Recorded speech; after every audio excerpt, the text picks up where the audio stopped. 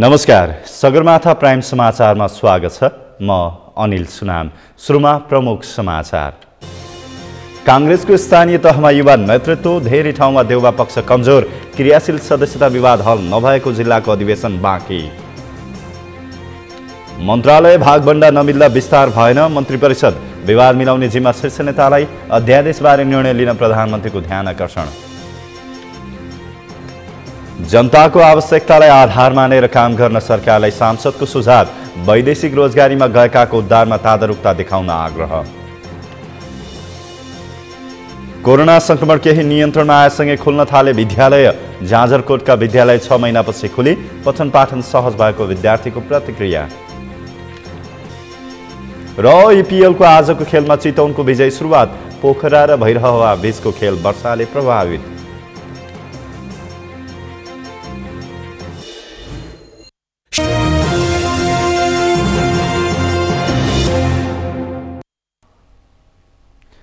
अब समाचार विस्तारमा। नेपाली कांग्रेसले 54 जिल्लामा पालिका स्तरको अधिवेशन सकेको छ। वडा अधिवेशन सम्पन्न भएका काठमाडौँ जिल्लामा भने पालिका अधिवेशन सुरु हुन सकेको छैन। क्रियाशील सदस्यता विवाद रहेका 13 मध्ये 5 वटा जिल्लाको विवरण शनिबार सार्वजनिक गरेको कांग्रेसले अझै 8 वटा जिल्लाको विवरण सार्वजनिक गर्न सकेको छैन। अमृत राज काफ्लेको रिपोर्ट। कांग्रेसको 14औं महाधिवेशन अन्तर्गत 54 जिल्लामा पालिका स्तरको अधिवेशन सकिएको छ। वडा अधिवेशन सकिएका काठमाडौँ, ललितपुर सहितका केही जिल्लामा भने नगर अधिवेशन सुरु हुन सकेको छैन। काठमाडौँ, ललितपुर, सिन्धुपाल्चोक र काभ्रेमा वडाबाट निर्वाचितहरूको विवरणले पूर्णता नपाएका कारण शनिबार गाउँ नगर अधिवेशन सुरु हुन नसकेको हो। काठमाडौँ सहितका जिल्लामा आगामी 16 गते नगर अधिवेशन हुनेछ। त्यसबाहेक क्रियाशील सदस्यता विवादका कारण वडा अधिवेशन सुरु हुन नसकेका 13 जिल्लामा कहिले अधिवेशन सुरु गर्ने भन्ने निर्णय कांग्रेसले गरिसकेको छैन। 13 मध्ये 5 वटा जिल्लाको क्रियाशील सदस्यता विवरण शनिबार सार्वजनिक गरेको कांग्रेसले ती 5 वटा जिल्लामा वडा अधिवेशन कहिले हुने भनेर टुङ्गो लगाउन सकेको छैन। अर्कातर्फ हिमाली जिल्लामा भने असोज 12 गते प्रदेश सभा क्षेत्र, 15 गते असोज प्रतिनिधि सभा निर्वाचन क्षेत्र र एक मात्र क्षेत्र भएका जिल्लाको अधिवेशन तथा 18 असोजमा 2 वा सोभन्दा बढी क्षेत्र भएका जिल्लाको अधिवेशन हुनेछ। पहाडी जिल्लामा 10 अघि स्थानीय निर्वाचन समितिले मिति टुङ्गो लगाएर तल्ला तहको अधिवेशन सुरु गर्न केन्द्रीय कार्यालयले अनुमति दिएको छ। तर प्रदेश सभाभन्दा माथिका अधिवेशन भने दशैंपछि मात्रै गर्ने कांग्रेसको तयारी छ। कांग्रेस नेतृत्वका लागि अहिलेसम्म उपसभापति विमलेन्द्र निधि, पूर्व महामन्त्री प्रकाश मान सिंह र केन्द्रीय सदस्य कल्याण गुरुङले उम्मेदवारी घोषणा गरिसकेका छन्। महामन्त्रीका लागि भने प्रवक्ता विश्वप्रकाश शर्मा र केन्द्रीय सदस्य गगन कुमार थापाले उम्मेदवारी घोषणा गरेका छन्। वरिष्ठ नेता रामचन्द्र पौडेल र वर्तमान सभापति शेरबहादुर देउवा समेत आगामी महाधिवेशनमा नेतृत्वका लागि प्रतिस्पर्धा गर्ने निश्चित जस्तै छ। तर तल्ला तहका अधिवेशन प्रभावित भएका कारणले केन्द्रीय महाधिवेशनको मिति समेत पर सर्ने आशंका सुरु भएको छ। नेपाली कांग्रेसले आगामी मङ्सिर 9 देखि 13 गतेसम्म केन्द्रीय महाधिवेशन गर्ने कार्यतालिका तय गरेको छ।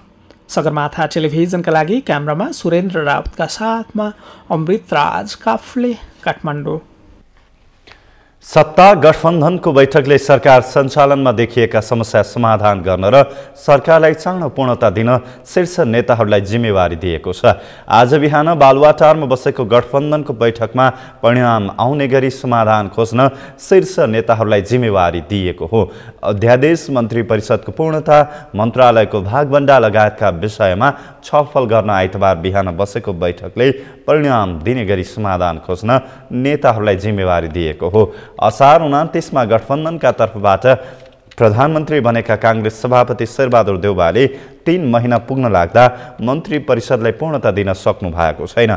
गठबन्धनमा रहेको माधव नेपाल नेतृत्वको नेकपा एकीकृत समाजवादी र जनता समाजवादीलाई समेटेर मन्त्रीमण्डललाई पूर्णता दिने भनिए पनि ती पार्टीको आन्तरिक झमेलाका कारण मन्त्रीमण्डलले पूर्णता पाउन सकेको छैन। पछिल्लो समय माधव नेपाल लगायतका नेताहरू विरुद्ध एमाले सर्वोच्च अदालतमा दिएको रिट निवेदन, यसअघि ल्याएको अध्यादेशका कारण नेकपा एकीकृत समाजवादी र जनता समाजवादीले मन्त्रीमण्डलको पूर्णताका लागि केही समय मागेका थिए।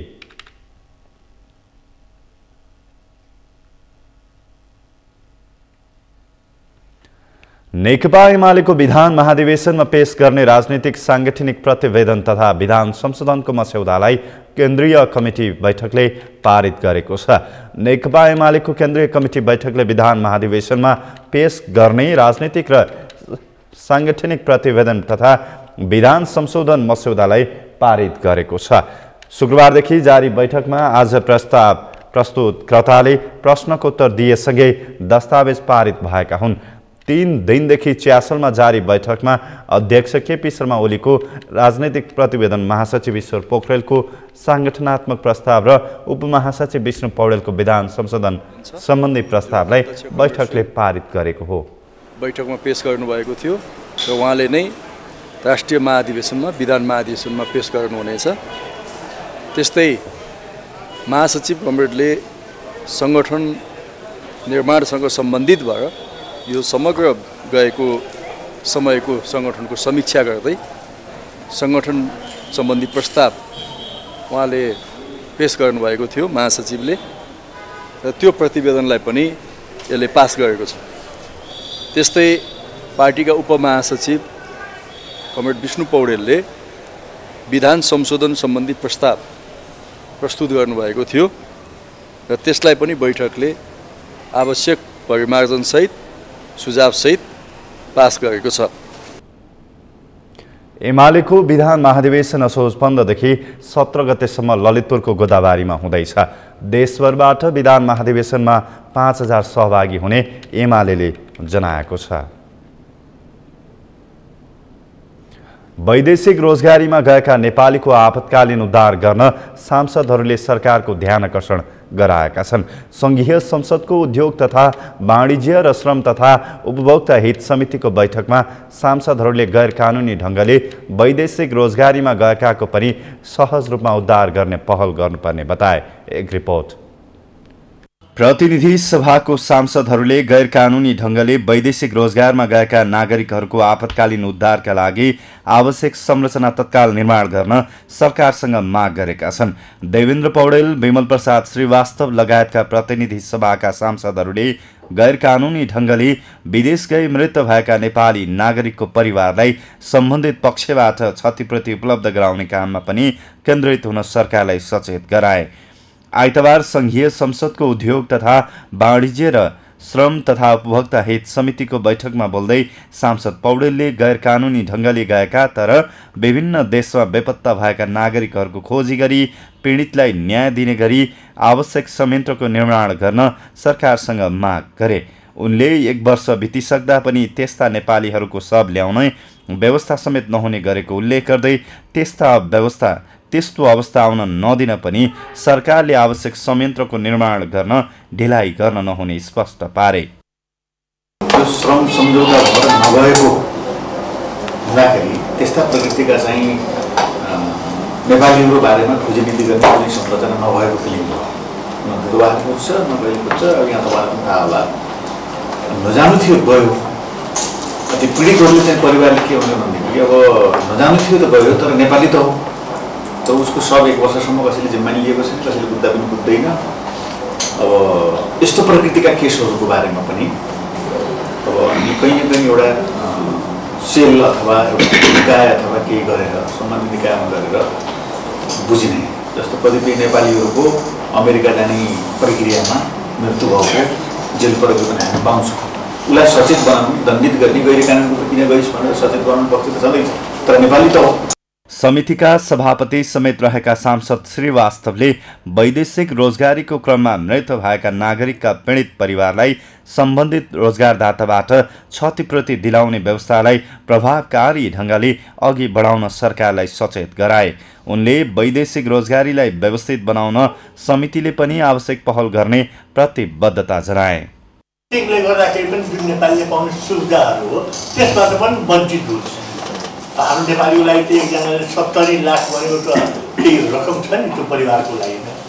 त्यस्ता थुप्रै कुराहरू त्यस्ता छन्। त्यसको लागि पनि के कसो एउटा बाटो होला यहाँहरूले गर्यो। सम्बन्धित मन्त्रालयले यस विषयमा पनि अध्ययन गरेर केही छ भने त्यो पनि समितिलाई पनि जानकारी दिउँ। समितिले पनि त्यसलाई पहल गर्दै नै छ। श्रम रोजगार तथा सामाजिक सुरक्षा मन्त्रालयका सचिव सूर्य प्रसाद गौतमले वैदेशिक रोजगारलाई व्यवस्थित बनाउन सरकारले अभिमुखीकरण कार्यक्रम समेत सञ्चालन गरिरहेको समितिलाई जानकारी गराए।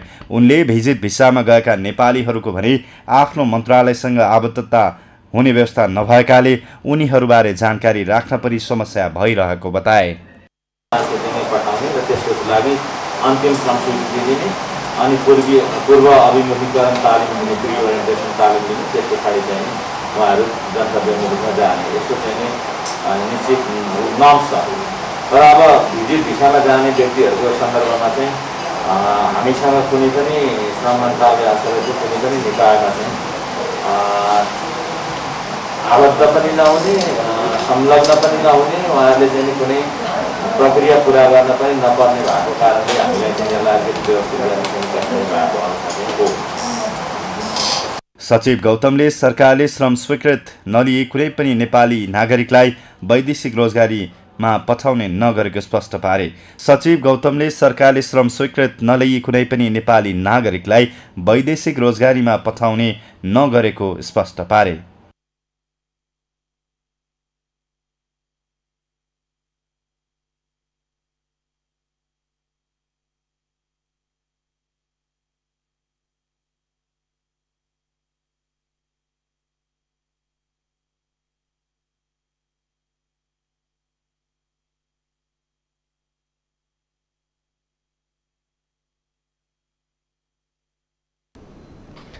संसदीय समितिले अल्पत्र पारेर बसेका विद्यार्थीहरूलाई पुनः अध्ययनका लागि चीन जाने व्यवस्था तत्काल मिलाउन सरकारलाई निर्देशन दिएको छ। एक रिपोर्ट। संघीय संसद प्रतिनिधि सभा अन्तर्गतको शिक्षा तथा स्वास्थ्य समितिको आइतबार सिंहदरबारमा बसेको बैठकले कोरोना भाइरसको कारण चीनबाट फर्किएर अल्पत्र अवस्थामा बसेका विद्यार्थीहरूलाई तत्काल कूटनीतिक पहल गरी पुनः अध्ययनको लागि चीन पठाउने आवश्यक व्यवस्था मिलाउन शिक्षा, विज्ञान तथा प्रविधि मन्त्रालयलाई निर्देशन दिएको छ। परराष्ट्र मन्त्रालयसँग आवश्यक समन्वय गरेर कूटनीतिक पहल गरी अल्पत्र परेका हजारौं विद्यार्थीहरूलाई पुनः अध्ययनका लागि चीन पठाउने व्यवस्था तत्काल मिलाउन सरकारलाई निर्देशन दिएको समितिकी सभापति जयपुरी घरती मगरले जानकारी दिइन्। चाइनामा गएको जो पढिरहेका विद्यार्थी नेपालमा छन्, मेडिकल सेक्टरका, इन्जिनियरिङ सेक्टरका, अन्य सेक्टरका, तीनै सेक्टरका विद्यार्थीहरू छन् 2 वर्षको नेपालमा बसेको। उनीहरूको कुरा के छ भने हामीलाई कूटनीतिक पहल गरेर पठाइदिनु पर्यो भन्ने एक नम्बरको उनीहरूको माग छ। मलाई लाग्छ परराष्ट्र मन्त्रालयसँग हामी अहिले तत्काल बस्ने भन्दा मन्त्रालयले एक पटक छलफल गरोस् र कूटनीतिक पहल गरेर विद्यार्थीलाई पठाउने व्यवस्था चाहिँ मन्त्रालयले, हाम्रो शिक्षा मन्त्रालयले परराष्ट्र मन्त्रालयसँग कोर्डिनेसन गरेर त्यो अगाडि बढाओस्। यदि भएन भने फेरि हामी परराष्ट्र मन्त्रालय र शिक्षा मन्त्रालयसँग अर्को पटक बसौँला, किनकि मन्त्रीज्यूहरू पनि आउनु भएको छैन। पछि हामी बसौँला। यो त कूटनीतिक पहल के हुन्छ, छलफल गरेर सम्पर्क गरेर यो त हामीले समाधान गर्न सकिन्छ। बैठकमा समितिका सदस्यहरूले चीनमा अध्ययनका लागि पुनः जान नपाएका विद्यार्थीहरूको समस्या तत्काल समाधान गर्न शिक्षा, विज्ञान तथा प्रविधि मन्त्रालयलाई सचेत गराएका थिए। समितिका सदस्य एवं पूर्व स्वास्थ्य मन्त्री खगराज अधिकारीले 3 दिनभित्र चीन अध्ययनका लागि पुनः जाने व्यवस्था विद्यार्थीहरूलाई मिलाउन सरकारलाई दबाब दिए। हामीलाई दिएको जवाफले त्यो सम्बन्धित विद्यार्थीहरूलाई अभिभावकहरूलाई यो जवाफले पुग्दैन। हामीले तपाईँहरूले नै कोर्डिनेसन गराउनु, किनभने नेपाल सरकार भनेको त अब जो पनि मन्त्रालय भनेपछि सकिहाल्यो, उसले जाने त्यही हो। तपाईँहरूले त्यसको फेसिलिटेसन तपाईँले गर्ने र यसको 2-3 दिनभित्र यो व्यवस्थापन गर्नु पर्यो। जुन अप्ठ्यारो छ त्यसलाई फुकाउनु पर्यो। जहाँसम्म समितिका अर्का सदस्य मानबहादुर विश्वकर्माले मेडिकल तथा इन्जिनियरिङ कलेजका विद्यार्थीहरूको प्राक्टिकल अनलाइन कक्षाबाट हुने व्यवस्था खारेज गर्न सरकारसँग माग गर्नुभयो। उहाँले अनलाइन कक्षाबाट हुने प्राक्टिकलले दक्ष जनशक्ति निर्माण नहुने भएकाले सरकारले त्यस विषयलाई गम्भीरतापूर्वक लिनुपर्ने आवश्यकता पनि औँलाए। यी दुईटैमा तपाईको चाहिँ के छ भन्दामा अनलाइनले मान्यता दिन हुँदैन। तपाईको चाहिँ के छ भन्दामा अनलाइन मान्नु दिने भने त किताबमै छ नि, बुकको थ्योरिटिकल नलेज के हुन्छ र प्र्याक्टिकल नलेज नै चाहिन्छ है। त्यो चाहिँ तपाईँको चाहिँ के अरे स्टेथोस्कोपबाट चाहिँ छातीको चाहिँ धड्कनको चाहिँ रेकर्ड लिने चाहिँ काम चाहिँ अनलाइन क्लासले लिन सक्दैन, त्यो चेक गरेर लिनुपर्छ। त्यही भएर चाहिँ मेरो दोस्रो चाहिँ कुरा के हो त भन्दामा यो प्राय यिनी चाहिँ साइन्सको क्षेत्रमा चाहे बैठकमा शिक्षा विज्ञान तथा प्रविधि मन्त्रालयका सहसचिव डाक्टर हरिप्रसाद लम्सालले संसदीय समितिले दिएको निर्देशनअनुसार चीनमा अध्ययनका लागि पुनः जाने विद्यार्थीहरूको आवश्यक व्यवस्था तत्काल मिलाउने प्रतिबद्धता जनाउनुभयो। उहाँले हाल चीनमा मात्रै अध्ययन गर्न जाने विद्यार्थीहरूको संख्या 7,480 जना रहेको जानकारी पनि समितिलाई गराए। चाइनाको कुरा गर्दा चाइनामा अलि कम छ, 7,480 जना विद्यार्थीहरू र यो सिटमा चाहिँ अरू पनि विद्यार्थीहरूको विवरण मैले समावेश गरेँ। किनभने यी मुलुकहरूमा जानेमा मेडिकलको इन्जिनियरिङको चाइना जाने बेसिकली मेडिकल इन्जिनियरिङको हुन्छ, जापान अस्ट्रेलिया जाने अरू विषय टेक्निकलै विषय जोडिएको हुनाले जापान कोरिया चाइना बङ्गलादेश मेडिकलको हुन्छ, फिलिपिन्समा मेडिकलको जान्छ, अस्ट्रेलिया गरेर यो सबै मुलुकको अलिकति ठुलो सङ्ख्यामा रहेको हुनाले यो तथ्याङ्क मैले हजुरको समक्ष प्रस्तुत गरेँ। र अब शिक्षा मन्त्रालयको यस्ता भूमिका के छ त हजुर भन्दा हामीसँग छात्रवृत्ति ऐन 2021 भन्ने छ र त्यसको आधारमा छात्रवृत्ति सम्बन्धी नियमावली 2060 बनेको छ र त्यो नियमावली बमोजिम हामी त्यो ऐनको परिधिभित्र रहेर त्यो नियमावलीले अलिकति इलाबोरेसन गरेको क्षेत्रमा हामी चाहिँ नो अब्जेक्सन लेटर दिन्छौँ। सहसचिव लम्सालले सरकारले सम्बन्धित विश्वविद्यालयसँग बुझेर मात्रै नेपाली विद्यार्थीहरूलाई अध्ययनका लागि विभिन्न देशमा पठाउने अनुमति दिने गरेको बताए। सगरमाथा प्राइम समाचारमा पालो भएको छ विश्रामको विश्रामपछि। कोरोना संक्रमण घटे पनि जोखिम कायमै, चाडपर्वका बेला थप सतर्कता अपनाउन आग्रह, आज थप 9 जनाको मृत्यु। कोरोना संक्रमण केही नियन्त्रणमा आएसँगै खुल्न थाले विद्यालय। जाजरकोटका विद्यालय 6 महिनापछि खुले, पठन पाठन सहज भएको विद्यार्थीको प्रतिक्रिया। र आइपिएलको आजको खेलमा चितवनको विजय सुरुवात, पोखरा र भैरहवाहा बीचको खेल वर्षाले प्रभावित।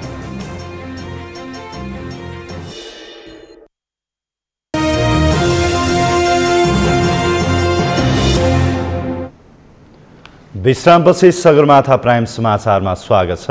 अब बाँकी समाचार। नेपालमा आज 730 जना कोरोना संक्रमित थपिएका छन्। स्वास्थ्य तथा जनसङ्ख्या मन्त्रालयका अनुसार बितेको 24 घण्टामा गरिएको पिसिआर परीक्षणमा 730 जना संक्रमित थपिएका हुन्। आज थप 9 जनाको मृत्यु भएको छ। त्यस्तै 1279 जनाले कोरोनालाई जितेका छन्। समीर जोशीको रिपोर्ट। नेपालमा पछिल्लो 24 घण्टामा 730 जना कोरोना संक्रमित थपिएका छन्। स्वास्थ्य तथा जनसङ्ख्या मन्त्रालयका अनुसार देशभरका विभिन्न प्रयोगशालामा गरिएको 8589 जनाको पिसिआर परीक्षणमा 730 जना संक्रमण पुष्टि भएको हो। त्यसैगरी 5147 जनाको एन्टिजन विधिबाट गरिएको परीक्षणमा 104 जनामा कोरोना पुष्टि भएको छ। पछिल्लो 24 घण्टामा थप 9 जना कोरोना संक्रमितको मृत्यु भएको छ भने 1279 जना निको भएका छन्। आइतबार थपिएसँगै नेपालमा कोरोना संक्रमितको कुल संख्या 7,91,392 पुगेको छ। यो सँगै नेपालमा मृत्यु हुनेको संख्या 11,096 पुगेको छ भने 7,61,154 जना संक्रमण मुक्त भएका छन्। अहिले नेपालमा 19,142 जना कोरोना भाइरसका सक्रिय संक्रमित रहेकोमा 368 जनाको आइसियु र 120 जनाको भेन्टिलेटरमा उपचार भइरहेको छ। यस्तै 10 वर्ष मुनिका 22 बालबालिकामा कोरोना संक्रमण पुष्टि भएको छ भने 11 देखि 20 वर्ष उमेर समूहका 64 जना कोरोना संक्रमित थपिएका छन्। यसैबीच विश्वमा कोरोना संक्रमितको संख्या 23,23,57,945 रहेको छ। आइतबार साँझसम्म 47,58,738 जनाले ज्यान गुमाएका छन्। कोरोना संक्रमित 20,89,70,497 जनाले संक्रमणलाई जितेका छन्। विश्वमा 1,86,28,710 जना सक्रिय संक्रमित रहेका छन्।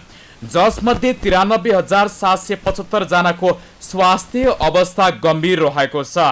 पछिल्लो समय विश्वका देशमा उच्च स्वास्थ्य सतर्कता अपनाउन आग्रह गरिएको छ। सगरमाथा टेलिभिजनका लागि समीर जोशी, काठमाडौँ। जाजरकोटका सबै विद्यालय सञ्चालनमा आएका छन्। कोरोना महामारीका कारण लामो समयदेखि बन्द रहेका विद्यालयहरू सञ्चालन भएर पठन पाठन समेत सुरु भएको छ। कोरोना कहरले लामो समयदेखि विद्यालय बन्द भएपछि सयौं विद्यार्थीको पठन पाठन प्रभावित भएको थियो। अहिले धमाधम विद्यालय खुलेपछि विद्यार्थीहरू खुसी भएका छन्। जाजरकोटबाट बद्री पन्तको रिपोर्ट। कोरोना महामारीका कारण गत चैतदेखि बन्द जाजरकोटका विद्यालय धमाधम खुल्न थालेका छन्। संक्रमणको जोखिम घट्दै गएपछि विद्यार्थीको भौतिक उपस्थितिमै कक्षा सञ्चालन भएका छन्। लामो समयपछि विद्यालय सञ्चालनमा आएपछि विद्यार्थीहरू पनि खुसी देखिएका छन्। पठन पाठन क्रियाकलाप सञ्चालनमा आएपछि विद्यार्थीहरू नियमित रूपमा विद्यालय आउने गरेका छन्। पहिलो दिन रमाइलो भनौँ, अनि त्यहाँ धेरै महिना पछि भर्खर स्कुल खोलेको छ, पढ्न पाएँ। मलाई मेरो साथीहरूलाई पनि भेट्दाखेरि आनन्द लाग्यो। अन्त यो लकडाउनको कारणले गर्दाखेरि धेरै स्कुल बन्द भए, पढ्न पनि पाइएन। आज भर्खर खुलेको छ, म अत्यन्तै खुसी छु। पहिलो दिन आउँदाखेरि धेरै खुसी लाग्छ। अनि झन्डै 6 महिना भइसक्यो हाम्रो विद्यालय बन्द भएको। अनि आज पहिलो दिन आउँदा धेरै साथीभाइसँग भेट भएको छ अनि पढाइ पनि राम्रै चलोस् भन्न चाहन्छु। आज लामो लकडाउनपछि हाम्रो स्कुल खोलिरहेछ। झन्डै 6 महिना भइसक्यो हामीले पढ्न नपाएको। आज पहिलो दिन 10 गते अनि स्कुल आएकोमा चाहिँ हामी धेरै खुसी भएको छौँ। अनि पढाइ चाहिँ त्यही राम्रै गतिले चल्नु पऱ्यो। अनि कोर्स सक्यो भने भन्दैमा अब नराम्रो तरिकाले पनि पढाउनु भएन। अनि विद्यार्थीले बुझ्ने हिसाबले पढाउनु पऱ्यो। स्वास्थ्य सुरक्षाका मापदण्ड अपनाएर विद्यालयले पठन पाठन सञ्चालन गरेको विद्यालयहरूले जनाएका छन्। लामो समयसम्म भएको बन्दाबन्दी लकडाउनले गर्दा विद्यार्थीको पठन पाठन प्रभावित भएको भन्दै विद्यालय खुलेपछि विद्यार्थीहरूको पठन पाठनमा सहजता आउने शिक्षकको भनाइ छ। अनलाइन गर्न खोज्दा उहाँहरू चाहिँ लाइन नटिप्ने, नेट नहुने विभिन्न समस्याले चाहिँ भएन। तर यो कोर्सलाई पुरा गर्ने, विद्यार्थीलाई चाहिँ सही अर्थमा बुझाउने, कोर्स पुरा गर्ने भन्दैमा विद्यार्थीले नबुझ्ने गरी नपढाउने मेरो एउटा लक्ष्य छ। मैले चाहिँ यो खुलेको अवधिबाट इक्जाम हुन्जेलसम्म कोर्सलाई छोटो बनाएर उहाँहरूलाई चाहिँ सजिलो तरिकाले धेरैभन्दा धेरै शैक्षिक सामग्रीको प्रयोग गरेर यो कोर्स सक्याउने मलाई चाहिँ दायित्व छ। निश्चित रूपमा 5-6 महिनापछि स्कुल बल्ल सञ्चालन भएको छ र अहिलेको अवस्थामा विद्यार्थीहरू अत्यन्तै खुसी भएर हर्षोल्लासको साथ विद्यालयमा आएको छ। विद्यार्थीहरूको उपस्थिति पनि राम्रो देखिएको छ। सरहरू पनि पुरै ड्रेसमा तयारी भएर क्लासमा आउनुभएको छ र विद्यार्थीहरूलाई यो 5 महिनाको अन्तरालमा अवश्य पनि पढाइ लेखाइको स्थिति अलिक कमजोरी भएको छ र अब हामीहरू त्यसलाई ध्यान दिन्छौँ र अत्यन्तै गम्भीर भएर क्लासलाई छिटो अगाडि बढाउने हाम्रो सोचाइ छ। कोरोना महामारीका कारण लामो समयदेखि पठन पाठन प्रभावित भएको भन्दै त्रिभुवन माध्यमिक विद्यालय खलङ्गाका प्रधानाध्यापक भक्तबहादुर मल्लले सामाजिक दूरी कायम गरेर पठन पाठन गरिएको बताएका छन्। 10 गते हामीले 6 देखि 12 कक्षासम्मको पठन पाठन सञ्चालन गर्न सफल भएका हौँ र अब स्वास्थ्यको मापदण्ड के छ? स्वास्थ्यको मापदण्डको क्रममा धेरै विद्यार्थी भाइ बहिनीहरूले मास्क प्रयोग गरेको अवस्था देखिन्छ र कोही कसैसँग मास्क नभएको अवस्था पनि छ। थोरैसँग त्यो चाहिँ विद्यालयले नै मास्क उपलब्ध गराइदिएको छ भने धारोमा साबुन राखेर विद्यार्थी भाइ बहिनीहरूलाई हात धुने व्यवस्था गरिएको छ। जिल्लाका 412 सामुदायिक र 30वटा संस्थागत विद्यालयमा 70,000 विद्यार्थीको पठन पाठन सहज भएको हो। सरकारले तोकेको स्वास्थ्य सुरक्षा मापदण्ड अपनाएर विद्यालयले पठन पाठनमा जोड दिनु आवश्यक देखिन्छ।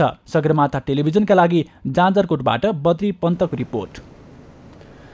चालू आर्थिक वर्षको बजेटमा संघीय सरकारले प्रारम्भिक बाल विकास सहजकर्ता इसिडी शिक्षक र कर्मचारीको पारिश्रमिक वृद्धि गरेर 15,000 पुर्याउने घोषणा गर्यो।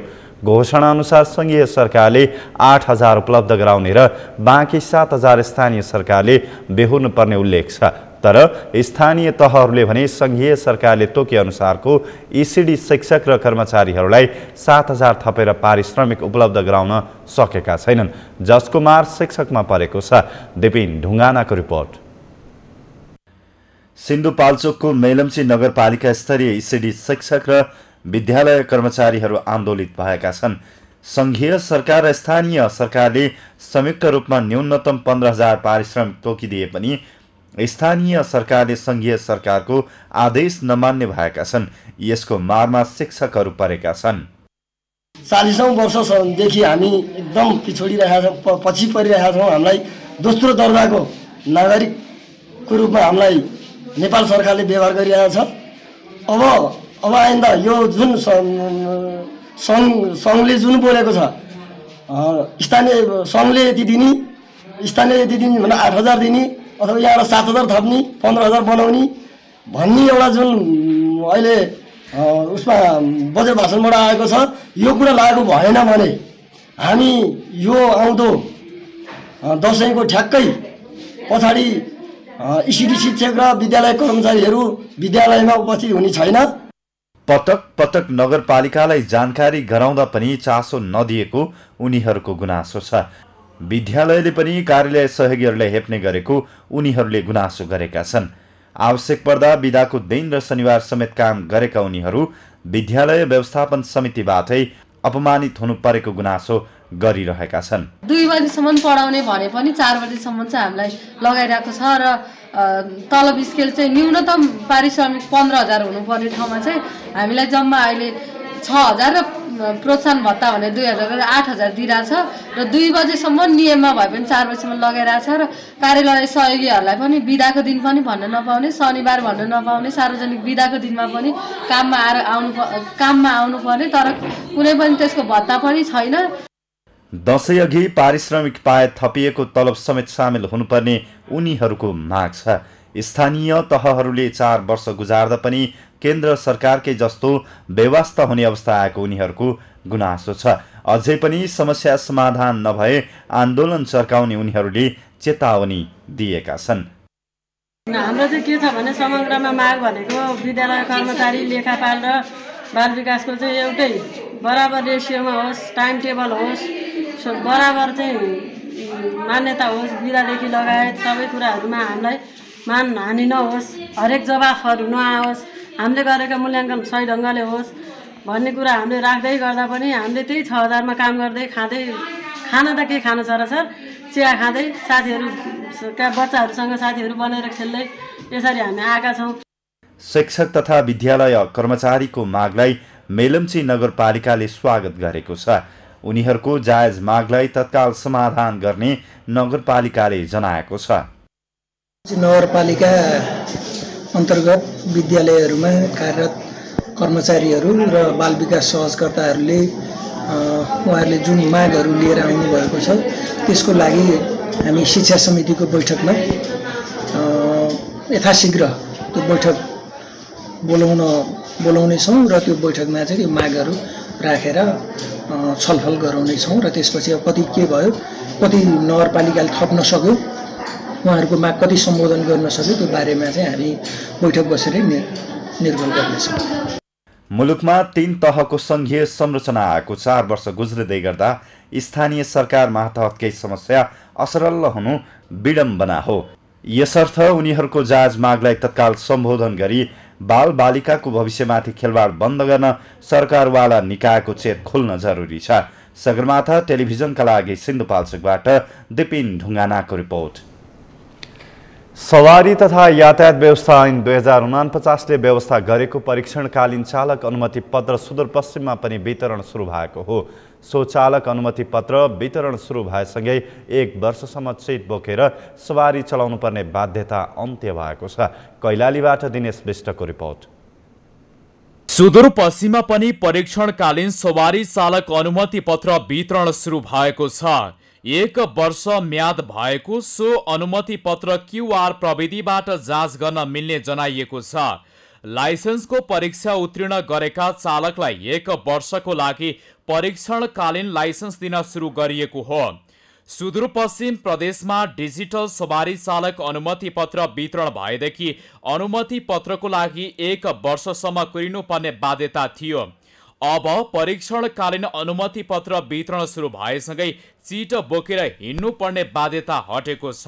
यो भन्दा अगाडि एउटा रसिद काटेर हामी 1 वर्षका लागि दिने गरिरहनु भएको थियो। तर त्यसले गर्दा खल्तीमा राखेर विभिन्न ठाउँमा चेक पोस्टिङमा त्यो देखाएर उहाँले सवारी यातायात गर्ने बेलामा उहाँलाई अलिक गाह्रो हुने बेला थियो, किनकि पानीले भिज्ने नि च्यातिनेको डरले पनि समस्या थियो। यसले भनेको अस्थायी एउटा कारणले गर्दा सायद यो अत्यन्तै राम्रो हुनेछ।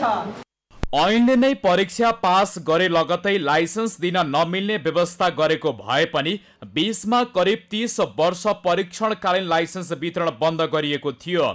चालकको सहजताको लागि परीक्षा पास गरेपछि यस्तो लाइसेन्स दिने व्यवस्था गरिएको जनाइएको छ। सवारी तथा यातायात व्यवस्था ऐन चालक अनुमति पत्र लाइसेन्सको परीक्षामा उत्तीर्ण भएकालाई लाइसेन्स दिने व्यवस्था गरेको छ। परीक्षा पास गरेपछि 1 वर्षसम्म परीक्षण काल राखेर लाइसेन्स दिने व्यवस्था ऐनले गरेको छ। 1 वर्ष अवधिभर 5 वटा गल्ती गरेमा लाइसेन्स नै खारेज हुने व्यवस्था गरिएको छ। आजबाट यातायात व्यवस्थाकारले सेतीबाट चाहिँ हामी चाहिँ सवारी चालक अनुमति पत्र प्रिन्ट गरेर नै सेवाग्राहीलाई सेवा दिन सुरुवात गरेका छौँ। र यो चाहिँ नि एक्ज्याक्टली स्मार्ट कार्ड होइन, पीवीसी कार्ड हो र यसको क्वालिटी पनि राम्रो छ। र सेवाग्राहीहरूले जो चाहिँ धेरै गुनासो सेवाग्राहीहरूबाट चाहिँ लाइसेन्स ढिला आउने अनि क्वालिटीको नआउने त्यो गुनासो थियो, त्यो चाहिँ अब चाहिँ गुनासोहरू हामी कम गर्दै जानेछौँ। र सेवाग्राहीहरूले यहाँ चाहिँ परीक्षा दिइसकेपछि हामी विदिन 1 विक उहाँलाई टाइम पिरियड दिएर हामीले उहाँलाई सिधा लाइसेन्स 1 वर्षीय परीक्षण लाइसेन्स हो। यो चाहिँ परीक्षण काल हुन्छ 1 वर्षको। 1 वर्षमा चाहिँ जसले हाम्रो सवारी चालक अनुमति लिनु भएको छ उहाँले चाहिँ नि 1 वर्षभित्र चाहिँ 5 वटा मिस्टेक भन्दा बढी मिस्टेक कुनै गर्नुभयो भने ट्राफिक कार्यालयबाट चाहिँ त्यो निगरानी हुन्छ। अब लाइसेन्सको परीक्षा पास गरेको 1 सातामै परीक्षणकालीन अनुमति पत्र लिन सकिने यातायात कार्यालयको दाबी छ। कैलालीबाट दिनेश विष्टको रिपोर्ट। काठमाडौँको कपन स्थित ढलमा खसेर बेपत्ता रहेका 10 वर्षीय उज्जवल बैकको शव फेला परेको छ। ललितपुरको बागमती गाउँपालिका वडा नम्बर 1 घोसेली स्थित बागमती नदी किनारामा उनको शव फेला परेको प्रहरीले जनाएको छ। गत मंगलबार उज्जवल कपन स्थित ढलमा खसेका थिए। ढलमा खसेर बेपत्ता भएको 5 दिनपछि उनको शव फेला परेको हो। महानगरीय प्रहरी परिसर ललितपुरका अनुसार स्थानीयले शव देखेपछि प्रहरीलाई खबर गरेका थिए। काभ्रेको नमोबुद्ध नगरपालिका 4 मा रहेको मेथिनकोट अस्पतालमा अक्सिजन प्लान्ट र लुगा धुने मेसिन जडान गरिएको छ। अस्पतालमा बिरामीको चाप बढ्दै गएको र उनीहरूलाई सहज रूपमा सेवा पुर्याउने प्लान्ट जडान गरिएको अस्पतालले जनाएको छ। अक्सिजन प्लान्टको बागमती प्रदेशका भूमि व्यवस्था कृषि तथा सहकारी मन्त्री चन्द्र लामाले उद्घाटन गर्नुभएको छ। बागमती प्रदेशको सरकारको आर्थिक सहयोगमा भ्याट बाहेक 67 लाख रुपैयाँमा अक्सिजन प्लान्ट निर्माण गरिएको हो भने लुगा धुने मेसिनका लागि 20 लाखको लागतमा जडान गरिएको हो। सामान्यतया नेपालमा जेठको अन्तिम साता मनसुन सुरु भएर असोज पहिलो साता सकिने गर्दछ। तर यस वर्ष भने असोजको तेस्रो साता अर्थात् दशैंसम्म मनसुन लम्बिने भएको छ। किन त समीर जोशीको रिपोर्ट। यसपालि अझै 10 दिन मनसुन सक्रिय रहने मौसम पूर्वानुमान महाशाखाले जनाएको छ। अघिल्लो वर्षको तुलनामा यसपालि मनसुनमा धेरै पानी परेको छ। नेपालको पूर्वी तथा मध्य भूभागमा 1500 मिलिमिटर भन्दा धेरै पानी परेको महाशाखाले जनाएको छ। जल तथा मौसम विज्ञान विभाग अन्तर्गतको मौसम पूर्वानुमान महाशाखाका अनुसार हाल नेपालमा भारतको मध्य प्रदेश तथा उत्तर प्रदेश आसपासमा अवस्थित न्यून चापीय प्रणालीको आंशिक प्रभाव रहेको छ। साथै मनसुन न्यूनचापीय रेखा औसत स्थानभन्दा केही दक्षिणतिर रहेको छ। यो मनसुन बाहिरिनका लागि पश्चिमबाट पूर्वतिर हावा बहनुपर्छ तथा बङ्गलाको खाडीबाट जल बाष्पयुक्त हावा आउने क्रम रोकिनुपर्ने मौसमविदको भनाइ छ।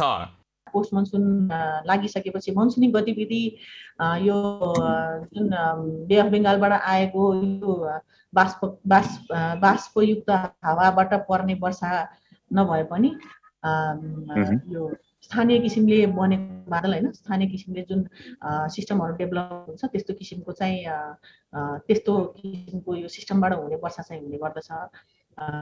पोस्ट मनसुन सिजन अक्टोबर र नोभेम्बरमा वर्षा हुने कारण चाहिँ त्यस्तो हुनसक्छ। अब मनसुन सिजन छैन, पोस्ट मनसुनमा चाहिँ मनसुनको प्रकृति भन्नु पर्यो। मनसुनी रेनको प्रकृति चाहिँ कस्तो हुन्छ भने यो थन्डर अलिकति कम हुने, वर्षा चाहिँ हुने होइन।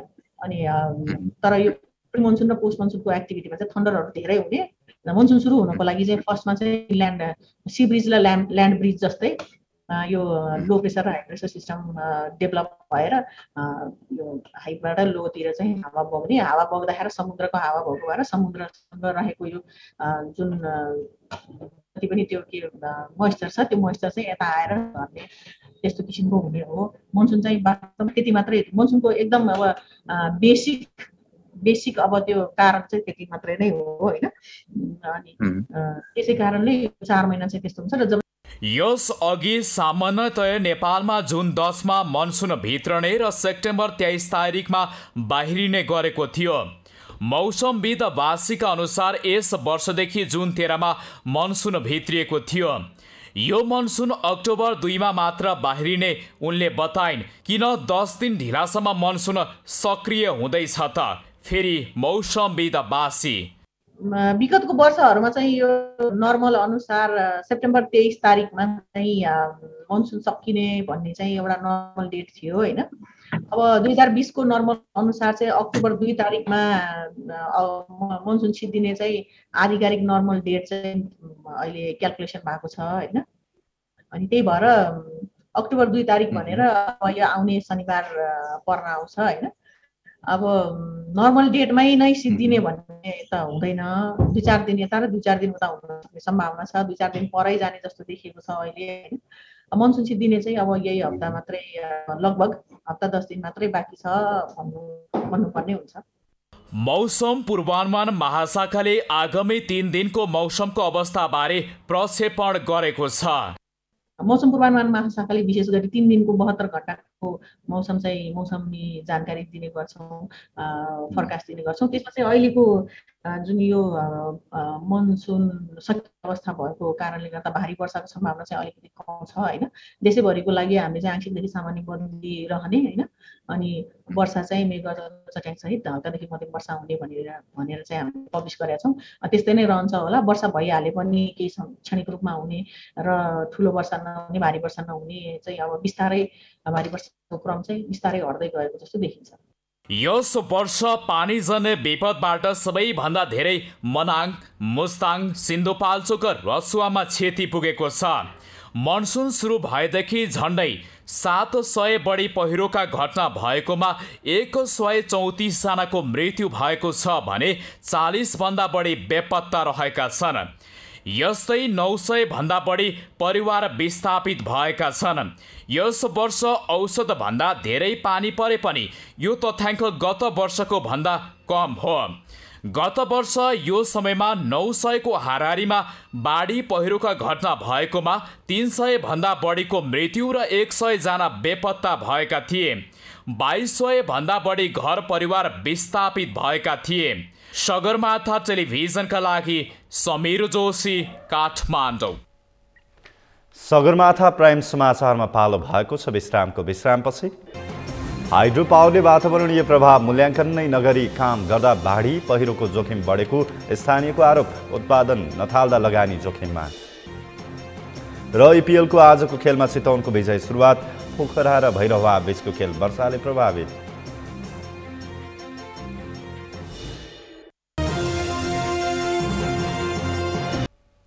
प्राइम समाचारमा अब पालो अर्थ समाचारको।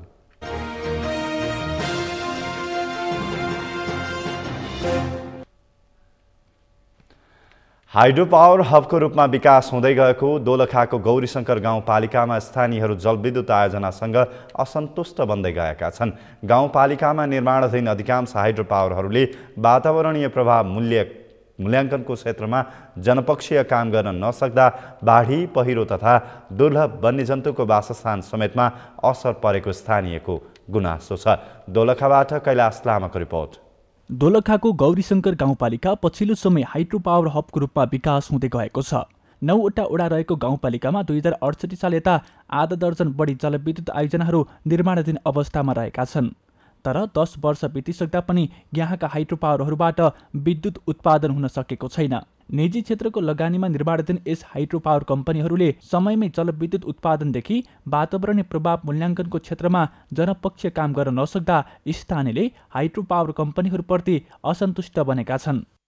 अब हाइड्रो पावर सुरु हुँदादेखि अहिलेसम्म 10औं वर्ष भइसक्दाखेरि पनि स्थानीयवासीको कतिपय जग्गाहरू चाहिँ पास नभइरहेको अवस्था, सामाजिक विकास क्षेत्रका रकमहरू 1 रुपियाँ पनि पारदर्शी हिसाबले चाहिँ खर्च नभइरहेको अवस्था र उहाँहरूले चाहिँ आफ्नो हाइड्रो पावरहरू चाहिँ निर्माणको क्रममा चाहिँ वातावरणीय प्रभावको ख्यालै नगरिकन चाहिँ अब रोडहरू सडकहरू खनिदिने, डोजरहरू चलाइदिँदाखेरि गाउँ बस्ती नै जोखिम हुने अवस्था। हाइड्रो पावरको यहाँ चरम लापरवाही छ। उसलाई जहाँ मन लाग्यो त्यहाँनिर बाटो खनिदिएको छ, जहाँ मन लाग्यो त्यहाँनिर वनहरू फाँडिदिएको छ र यो उसले सुनाइ गर्नुपर्ने ठाउँमा निर्धारण दिनुपर्ने ठाउँमा काहीँ पनि दिएको छैन। यो स्थानीय सरकारलाई भनेको भए के जान्नु, हामीहरूलाई त भनेको छैन अहिलेसम्म। गाउँपालिकामा हाल green life hydro power company, Sasa hydro power company, Ghatte Khola hydro power company, universal hydro power company, Suri Khola hydro power company, upper Suri hydro power company र तिनेखु खोला हाइड्रो पावर कम्पनी निर्माणाधीन रहेका छन्, जसमा 5 मेगावाटको घट्टे खोला हाइड्रो पावरले हालै उत्पादन थालेर राष्ट्रिय प्रसारण लाइनमा जडान गर्न सफल भएको छ। तर अधिकांश हाइड्रो पावरले निर्माण थालेको 10 वर्षमा पनि उत्पादन नथाल्दा स्थानीयको लगानी जोखिममा परेको छ। हामीले जुन अपेक्षा राखेका थियौँ हाइड्रो पावर आउनु बित्तिकै सम्पूर्ण कुरा परिपूर्ति हुन्छ, सडकको, शिक्षाको, रोजगारीको विभिन्न सबै मागहरू, जनताको सबै मागहरू पुरा हुन्छ र जनता सुखी र रोजगारी उन्मुख हुन्छन् भन्ने जुन अपेक्षा राखेका थियौँ त्यो चाहिँ एकदमै यथार्थ गलत रहेछ। अहिले हाइड्रो पावरहरूले चाहिँ जति पनि बन्छन् हाइड्रो पावर सम्पन्न पनि नहुने र जनताको मिनिमम मुआवजा दिनुपर्ने रोजगारीका कुरा, सामुदायिक वनका कुरा, सडकका कुरा पनि पुरा गर्न नगरेको र सबै सम्पूर्ण हिसाबले लाथालिङ्ग पारेको मात्र अवस्था रहेको छ। उत्पादनमा ढिलाइ भई चौतर्फी दबाव झेल्न बाध्य हाइड्रो पावर कम्पनीहरूले सरकार समितिको मागको वास्ता गर्न छाडेको गुनासो गरेका छन्। हाइड्रो पावर सुरु गरेको लगभग 8, 9, 10 वर्ष भइसक्यो र अहिले हामी स्थानीयको पनि सेयर लगानी भएको छ। त्यसमा हाम्रो पनि चासो बढ्ने भयो र स्थानीयहरूको माग चाहिँ ओझेलमा पारेर उहाँहरूले गर्नुभएको गतिविधि, उहाँहरूले जग्गाको दिनुपर्ने मुआवजा, रोडहरू चाहिँ सुधार गर्नुपर्ने र यो सामुदायिक वनहरूको क्षति भएको चिजहरूलाई व्यवस्था र जनताले पाउने चाहिँ सुविधाहरूलाई व्यवस्था गरेको र स्थानीय जनताको मागलाई व्यवस्था गरेको कारणले सबै स्थानीयहरू चाहिँ असन्तुष्टि भइरहेका छन्। अहिले दसैँ अगाडिसम्म उहाँहरूले त्यो मागहरू सम्बोधन गरे ठिकै छ, नभएदेखि अब चाहिँ यो पहिला सरकार समिति थियो, अहिले हामी गौरीशंकर गाउँपालिका भइकन कार्यदलमा परिणत भएको छ। अब हामी गौरीशंकर गाउँपालिका लगायत हामी कार्यदलले बन्द गर्ने बाध्य हुनेछौँ। गौरीशंकर गाउँपालिकामा निर्माणाधीन अधिकांश हाइड्रो पावरहरूले समयमै उत्पादन नथाल्दा सेयरमा लगानी गरेका स्थानीय तथा विभिन्न बैंकहरूको लगानी फँसेको छ। सगरमाथा टेलिभिजनका लागि दोलखाबाट कैलाश लामाको रिपोर्ट। प्राइम समाचारको अन्त्यमा मुख्य समाचार फेरि एकपटक। काङ्ग्रेसको स्थानीय तहमा युवा नेतृत्व, धेरै ठाउँमा देउवा पक्ष कमजोर, क्रियाशील सदस्यता विवाद हल नभएको जिल्लाको अधिवेशन बाँकी। मन्त्रालय भागभण्डा नमिल्दा विस्तार भएन मन्त्री परिषद, विवाद मिलाउने जिम्मा शीर्ष नेतालाई, अध्यादेशबारे निर्णय लिन प्रधानमन्त्रीको ध्यान आकर्षण। जनताको आवश्यकतालाई आधार मानेर काम गर्न सरकारलाई सांसदको सुझाव, वैदेशिक रोजगारीमा गएकाको उद्धारमा तदारुकता देखाउन आग्रह। कोरोना संक्रमण केही नियन्त्रणमा आएसँगै खुल्न थाले विद्यालय, जाजरकोटका विद्यालय 6 महिनापछि खुले, पठन पाठन सहज भएको विद्यार्थीको प्रतिक्रिया। र IPLको आजको खेलमा चितवनको विजय सुरुवात, पोखरा र भैरवा बीचको खेल वर्षाले प्रभावित।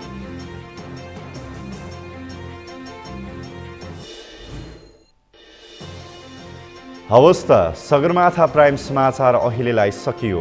तपाईँ समाचार बुलेटिनका साथै सगरमाथा टेलिभिजनका सम्पूर्ण कार्यक्रम www.sagarmatha.tv मा पनि पढ्न र हेर्न सक्नुहुनेछ।